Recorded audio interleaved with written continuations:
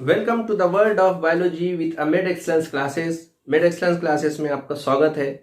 आप लोगों को पता होना चाहिए कि हम जिस टॉपिक पे डिस्कस कर रहे थे वो था cell the unit of life. Cell the unit of life में हमने बहुत सारे पॉइंट डिस्कस किए थे और लास्ट लेक्चर में जो हमने पॉइंट डिस्कस किया है, लास्ट कुछ लेक्चर्स से जो हमने पॉइंट डिस्कस किया था, जिसमें सेल मेम्ब्रेन था, सेल वॉल था, मेम्ब्रेन बॉन्ड, सेल ऑर्गेनेल्स में हमने इंडो मेम्ब्रेन सिस्टम के बारे में डिस्कशन किया और उसके साथ साथ हमने माइटोकॉन्ड्रिया, क्लोरोप्लास्ट और फिर साइटोस्केलेटन और राइबोसोम्स के बारे में भी लास्ट कुछ लेक्चर से डिस्कस किया था। होप आप लोगों को बहुत सारी कंसेप्ट और जानकारी उस बारे में मिल चुकी होंगी और आप साथ साथ एमसीक्यूज भी सॉल्व कर रहे होंगे। अगर किसी को कुछ डाउट होता है एमसीक्यूज में, अगर किसी को कोई प्रॉब्लम्स होता है, तो मेरा आप लोगों से अनुरोध है कि आप मुझे क्वेश्चंस करिए, मैं उसको इलेबोरेट करने की कोशिश करूंगा। तो आज का जो हमारा बहुत ही ज्यादा इंटरेस्टिंग टॉपिक है वो है cilia and flagella. Cilia and flagella, ये सीलिया क्या होता है और फ्लैजेला क्या होता है, इसका एक बेसिक आइडिया हमें आना जरूरी है। जैसे कि बहुत सारे सेल होते हैं, माइक्रो ऑर्गेनिजम्स होते हैं, तो उनमें सेल सरफेसेस पे कुछ आउटग्रोथ होते हैं। मल्टी सेलुलर ऑर्गेनिजम्स में भी इस प्रकार के आउटग्रोथ हमें दिखाई देते हैं। फॉर एग्जाम्पल है लूप ऑफ हेनले है, वहां पर भी बहुत सारे ऐसे आउटग्रोथ होते हैं जिसे हम सीलिया कहते हैं।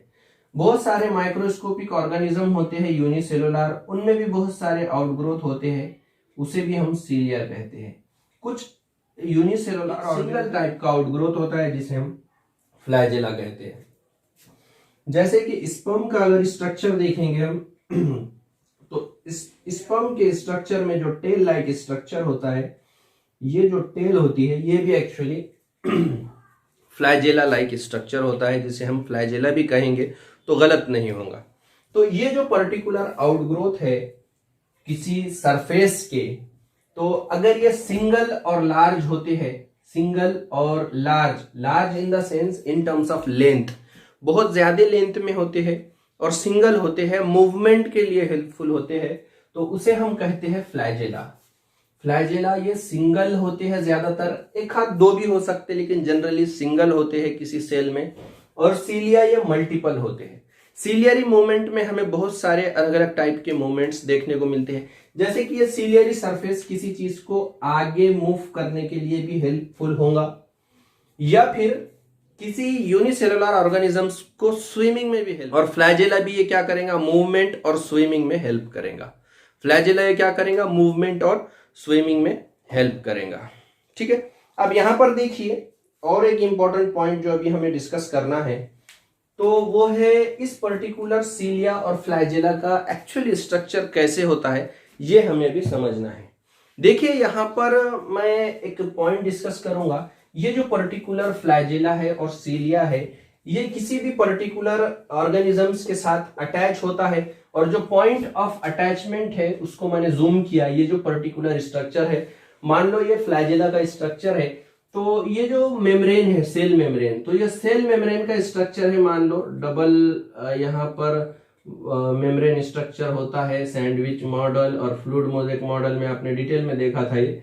ठीक है, तो ये सेल मेम्ब्रेन में कुछ बेसिक स्ट्रक्चर होता है और इस बेसिक स्ट्रक्चर को हम बेसल बॉडी कहते हैं। ये बेसल बॉडी एक्चुअली बेसमेंट होता है इस पर्टिकुलर कंटिन्यूअस जो आउटग्रोथ है उसका। ये क्या होता है, बेसमेंट होता है। जैसे हमारे पास जो बिल्डिंग्स होते हैं उनका बेसमेंट होता है पर्टिकुलर, वो बेस से अटैच होते हैं। उसी तरीके से किसी भी सेल में सीलिया और फ्लैजेला बेसिकली बेस के साथ अटैच होते हैं। बेस से उनका अटैचमेंट होता है, सरफेस पे वो कुछ आउटग्रोथ हमें दिखाई देते हैं। सीलिया और फ्लैजेला का जो खास फंक्शन है वो है मूवमेंट। मूवमेंट में और स्विमिंग में ये हेल्प करते हैं, यही इनका इंपॉर्टेंट फंक्शन होता है। इसका स्ट्रक्चरल एस्पेक्ट हमें देखना है, तो ये पर्टिकुलर सीलिया को मैंने कट करना है। कट करने के बाद उसका टीएस लेना है। मान लो ये एक पर्टिकुलर सीलिया है, ये फ्लैजेला है मान लो। ठीक है, ये फ्लैजेला को मुझे कट करना है और कट करने के बाद उसका सेक्शन देखना है। जैसे ये पेन है, पेन को मैं कट करूंगा और कट करने के बाद उसको इस तरीके से उसका जो ये वाला सरफेस है वो सरफेस को हमें देखना है, और उस सरफेस का जो पैटर्न मिलेगा हमें इस तरीके से मिलेगा। इसको हम एक्सोनीम भी कहते हैं। एक्सोनीम मतलब इसके कंपोनेंट्स वगैरह सब आ जाएंगे, उसे कॉमनली हम एक्सोनियम कहते हैं। तो यहाँ पर ये पर्टिकुलर स्ट्रक्चर को जब मैंने कट किया, ये मुझे सीलिया है, सीलिया में ये ट्यूब्स कंटिन्यू है। ऐसे ये जो पर्टिकुलर स्ट्रक्चर है ये सीलिया का स्ट्रक्चर है, ये ऐसा ट्यूब है मान लो, और उसको जब मैंने कट किया तो कट करने के बाद मुझे इस तरीके से कुछ स्ट्रक्चर मिलेंगे। अब इसका डिटेल स्ट्रक्चरल कंपोनेंट हमें देखना है, जो कि नीट के पॉइंट ऑफ व्यू से बहुत ज्यादा इंपॉर्टेंट है। अगर हम इसके कंसेप्चुअल अप्रोच नहीं रख सकते तो फिर हमें एग्जाम्स में बहुत सारे गलती होने के चांसेस होंगे। लास्ट जो 2022 का एग्जाम हुआ उसमें मैंने एक चीज गौर किया कि जिन बच्चों का थरू नॉलेज है, बेसिक नॉलेज बहुत ज्यादा क्रिस्टल क्लियर है, तो ऐसे बच्चों के लिए बहुत आसान पेपर था। लेकिन जिन बच्चों का नॉलेज उतना ज्यादा थरू नहीं है, कंफ्यूजिंग टाइप का नॉलेज है, पढ़ाई तो सब हुई लेकिन थोड़ा थोड़ा कंफ्यूजन है, तो ऐसे बच्चे बिल्कुल भी वहां पर अच्छा रिजल्ट नहीं ला पाए और बच्चों को दिक्कत भी हुई। और जिन लोगों का क्रिस्टल क्लियर नॉलेज था, ऐसे बच्चों ने एक अच्छा रैंक भी लाया था। ठीक है, अब जो हमको काउंटिंग के बाद मार्क्स समझ में आ रहे हैं उस हिसाब से मैं बात कर रहा हूं। अब तो जो रिजल्ट आएगा वहां पर शो हो जाएगा फाइनली कि बच्चों ने कैसा पेपर दिया था और क्या रिजल्ट होगा। तो एक्सोनियम का जो प्रॉपर स्ट्रक्चर है वो हमें देखना है। सबसे पहले तो ये जो पर्टिकुलर रिंग लाइक स्ट्रक्चर है, कुछ पेरीफेरा में है और कुछ सेंटर में है, कुछ पेरीफेरा में है और कुछ सेंटर में है। ये जो स्ट्रक्चर है फ्लैजेला का स्ट्रक्चर है। अब ये जो पर्टिकुलर फ्लैजेला है बच्चों, ये प्रोटीन से बना हुआ है। ये फ्लैजेला किससे बना हुआ है? प्रोटीन से बना हुआ है। कौन से प्रोटीन से बना हुआ है? ट्यूबुलिन प्रोटीन से बना हुआ है। ये जो पर्टिकुलर फ्लैजेलर स्ट्रक्चर हम देख रहे हैं ये ट्यूबुलिन प्रोटीन से बना हुआ है। ट्यूबुलिन प्रोटीन्स क्या है? ट्यूबुलिन प्रोटीन ये एक खास टाइप का प्रोटीन है जो ज्यादातर ट्यूब लाइक स्ट्रक्चर बनाने के लिए यूज होता है। ट्यूब लाइक स्ट्रक्चर का मतलब क्या है? जो कॉन्ट्रैक्टाइल मसल्स होते हैं और जो मूवमेंट करने के लिए जो मस्कुलर स्ट्रक्चर होता है उनमें आमतौर पे ज्यादातर इस तरीके के मायोफाइब्रिल्स का और इस तरीके के ट्यूबुलिन प्रोटीन्स के हमको कंटेंट दिखाई देते हैं। अब यहाँ पर देखिए ये जो सेंट्रल पार्ट है, ये सेंट्रल पार्ट में जो ये राउंडेड बॉडी है इसको बोल सकते हैं हम माइक्रोट्यूब्यूल। ये जो एक राउंडेड बॉडी है और ये दो, तो ये डबल फॉर्म में है, इसीलिए इसको पेरिफेरल माइक्रोट्यूब्यूल सराउंडिंग में होने की वजह से बोला। और ये डबल है, एक और दो नंबर में है, इसलिए डबलेट प्रोटीन बोला। ये जो माइक्रोट्यूब्यूल है वो डबलेट फॉर्म में है। अगर ये माइक्रोट्यूब्यूल और एक आधा होता था तो ट्रिपलेट फॉर्म में होता था, लेकिन यहाँ पर दो माइक्रोट्यूब्यूल है ना, इसलिए इसको डबलेट टाइप ऑफ माइक्रोट्यूब्यूल हम कहेंगे। ये माइक्रोट्यूब्यूल 9 होते हैं, 3, 4, 5, 6, 7, 8, 9, मतलब जो टोटल डबलेट फॉर्म है यहाँ पर पेरिफेरल माइक्रोट्यूब्यूल का वो 9 है और 2 रिंग है उसके। आ रही बात समझ में? और ये जो सेंटर में है ये सेंट्रल माइक्रोट्यूब्यूल है। अब ये पर्टिकुलर जो माइक्रोट्यूब्यूल है इसको मैं और थोड़ा सा जूम कर रहा हूं ये माइक्रोट्यूब्यूल को, तो इसके अंदर कुछ रिंग लाइक स्ट्रक्चर है। ऐसे स्ट्रक्चर मैंने बनाया हूं। ये रिंग लाइक स्ट्रक्चर जो होते हैं इसको प्रोटोफिलामेंट कहते हैं। ये जो रिंग लाइक स्ट्रक्चर होते हैं इसे हम प्रोटोफिलामेंट कहते हैं। प्रोटोफिलामेंट जो कि प्रोटीनिशियस स्ट्रक्चर है। ये प्रोटोफिलामेंट 9 से 13 या 14 तक भी हो सकते। जो रिंग लाइक स्ट्रक्चर है, ये जो एक माइक्रोट्यूब्यूल है उसके अंदर भी कुछ रिंग लाइक स्ट्रक्चर है और इन रिंग लाइक स्ट्रक्चर को हम प्रोटोफिलामेंट कहते हैं। अगर इसको हम फ्लैजेला को अगर पूरा देखने की कोशिश करेंगे 3D फॉर्मेट में तो ऐसे स्ट्रक्चर मिलेगा। मतलब ये जो ट्यूब है ये ट्यूब को हमने कट किया है और कट करने के बाद उसका एक व्यू देख रहे हैं हम, उसको हम क्या बोल रहे हैं? एक्सोनिम बोल रहे हैं। ठीक है, तो ऐसे बहुत सारे ट्यूब यहाँ पर राउंडेड बॉडी में दिखाई देंगे। ये एक ट्यूब, ये एक ट्यूब और एक बड़ा ट्यूब है पूरा। और ये बड़ा ट्यूब ही क्या है हमारा? ये अब ये जो पर्टिकुलर माइक्रोट्यूब्यूल है ये माइक्रोट्यूब्यूल रेडियल स्पोक के थ्रू अटैच रहेंगे यहाँ पर सेंट्रल सिस्टम से। जो सेंट्रल माइक्रोट्यूब्यूल है इस सेंट्रल माइक्रोट्यूब्यूल्स के साथ ये जो पर्टिकुलर पेरिफेरल प्रोटीन है, पेरिफेरल माइक्रोट्यूब्यूल है, वो अटैच रहेंगे किसके साथ? रेडियल स्पोक के साथ अटैच होंगे। रेडियल स्पोक डायरेक्टली अटैच होगा सेंट्रल शीथ से।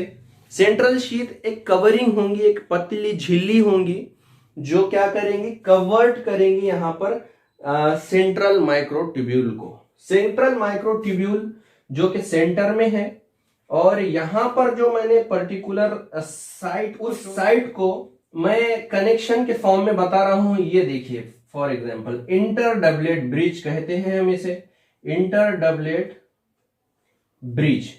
ब्रिज मतलब ये जोड़ेंगे, किसको जोड़ेंगे, यहां पर एक पर्टिकुलर माइक्रोट्यूब्यूल का डबलेट फॉर्म है, इस डबलेट फॉर्म के माइक्रोट्यूब्यूल के उसके एडजेसेंट माइक्रोट्यूब्यूल्स के साथ जोड़ने के लिए ये जो कनेक्शन है, इस कनेक्शन को, इस पुल को मैं क्या बोल रहा हूं, इंटर डबलेट ब्रिज क्या करेंगे, यहां पर एक प्रोटो माइक्रोट्यूब्यूल्स को दूसरे माइक्रोट्यूब्यूल से जोड़ेंगे, जिसे हम इंटर डबलेट ब्रिज कहेंगे।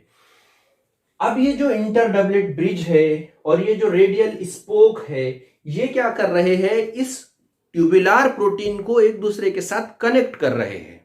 और ये जो पर्टिकुलर स्ट्रक्चर है एक्सोनीम का, ये पर्टिकुलर स्ट्रक्चर फिर मूवमेंट में एडजस्ट होगा। मूवमेंट में एडजस्ट होगा मतलब ये जो फ्लैजेला है, ये फ्लैजेला जितना मूवमेंट लेगा उसी हिसाब से यहां पर एडजस्टमेंट हमें दिखाई देगा। तो यहां पर मैंने कितने कंपोनेंट डिस्कस किया हूं, मैंने बेसिकली यहां पर 5 कंपोनेंट आपके सामने डिस्कस किया हूं। पेरिफेरल माइक्रोट्यूब्यूल्स यहां पर मैंने डिस्कस किया, सेंट्रल माइक्रोट्यूब्यूल्स मैंने डिस्कस किया। पेरिफेरल माइक्रोट्यूब्यूल्स जो रिंग लाइक स्ट्रक्चर पेरिफेरा में है, अतराफ में है, तो उसको मैं पेरिफेरल माइक्रोट्यूब्यूल्स कह रहा हूं। Central microtubules as the name indicate, जो सेंटर में ये ट्यूब्स है, इसको हम सेंट्रल माइक्रोट्यूब्यूल्स कहते हैं। इन माइक्रोट्यूब्यूल्स को अगर हम थोड़ा सा डिटेल में देखें तो यहां पर मैंने बहुत सारे राउंडेड रिंग लाइक स्ट्रक्चर बताया। इन रिंग लाइक स्ट्रक्चर को हम कहते हैं प्रोटोफिलामेंट। तो ऐसे प्रोटोफिलामेंट 9 से 15 या 14 तक भी हो सकते हैं इसमें, ठीक है, ये एक पॉइंट है। अब ये जो प्रोटोफिलामेंट है, ये प्रोटोफिलामेंट बच्चों प्रोटीन है। ये क्या है, प्रोटीन है। और ये पर्टिकुलर प्रोटीन खास तौर पे ट्यूबुलिन प्रोटीन के कॉन्टेक्स्ट में हम इसे लेते हैं, जो ट्यूब लाइक स्ट्रक्चर बनाने के लिए हेल्पफुल होते हैं। जो मूवमेंट के लिए जो मसल्स होते हैं उनमें भी इसी टाइप का प्रोटीन हमें दिखाई देता है आमतौर पे जनरली, ठीक है। तो दूसरा कंपोनेंट हमने सेंट्रल माइक्रोट्यूब्यूल्स देखा। उसके बाद सेंट्रल शीथ देखा जो कवर्ड है, यहां पर सेंट्रल माइक्रोट्यूब्यूल के लिए कवरिंग है। रेडियल स्पोक है जो पेरिफेरल जो माइक्रोट्यूब्यूल है उसको कनेक्ट करेंगे हमारे सेंट्रल माइक्रोट्यूब्यूल से। पेरिफेरल माइक्रोट्यूब्यूल्स को कनेक्ट करेंगे सेंट्रल माइक्रोट्यूब्यूल से, जिसे हम रेडियल स्पोक कहेंगे। और ये जो पर्टिकुलर पेरिफेरल माइक्रोट्यूब्यूल्स है, ये एक चेन फैशन में है, एक सीक्वेंस से है 1 by 1। तो इनको भी आपस में कनेक्ट करने के लिए यहां पर इंटर डबलेट ब्रिज होगा। इसको डबलेट फॉर्म इसलिए बोलते हैं कि ये 2 है, अगर ये 3 होते हैं बच्चों तो ट्रिपलेट फॉर्म बोलेंगे। तो ये 2 है इसलिए इसको डबलेट कहते हैं। तो ये दोनों डबलेट रिंग लाइक स्ट्रक्चर के बीच में जो ब्रिज है उसको इंटर डबलेट ब्रिज कह रहा हूं मैं। उसको क्या कह रहा हूं मैं, इंटर डबलेट ब्रिज। अब ये जो पर्टिकुलर एक्सोनिमल ब्रिज है, इसका अगर हम पैटर्न देखेंगे तो ये 9+2 वाला पैटर्न होगा। क्यों 9+2 वाला होगा, ये जो डबलेट रिंग है, ये डबलेट रिंग 9 नंबर में है। 1 2 3 4 5 6 7 8 9। तो पेरिफेरल माइक्रोट्यूब्यूल्स 9 नंबर है और सेंटर में 2 माइक्रोट्यूब्यूल्स हमें दिखाई देते हैं। तो ये एक्सोनिमल प्रोटीन का जो स्ट्रक्चर है वो 9+2 पैटर्न पे है। उनके नंबर के अनुसार हमने उसका पैटर्न डिसाइड किया। तो यहां पर मैंने ये पर्टिकुलर स्ट्रक्चर का डिस्क्रिप्शन मैंने आपके सामने रखा, जो फ्लैजेला और सीलिया में लगभग सेम होता है, ज्यादा डिफरेंस नहीं होता है। ये जो पर्टिकुलर प्रोटीनिशियस आउटग्रोथ होती है किसी लिविंग ऑर्गेनिज्म में, जो मूवमेंट के लिए हेल्पफुल होती है, उसको अगर हम पतला कट करते हैं, जिस तरीके से आलू में हम चिप्स को काटते हैं, तो वैसे ही इसको पतला अगर हम कट करेंगे, उसका ट्रांसवर्स सेक्शन लेंगे और फिर उसको इलेक्ट्रॉन माइक्रोस्कोप में रखा जाएगा, तो उसका स्ट्रक्चर हमें ऐसा ही बिल्कुल दिखाई देगा, ठीक है। तो एनसीईआरटी के थ्योरी के अनुसार आप इसके कंटेंट को देखिए। अगर कोई पॉइंट नहीं समझता है तो आप मुझे मैसेज कर सकते हैं, मैं उसे इलेबोरेट करने की कोशिश करूंगा। Thank you.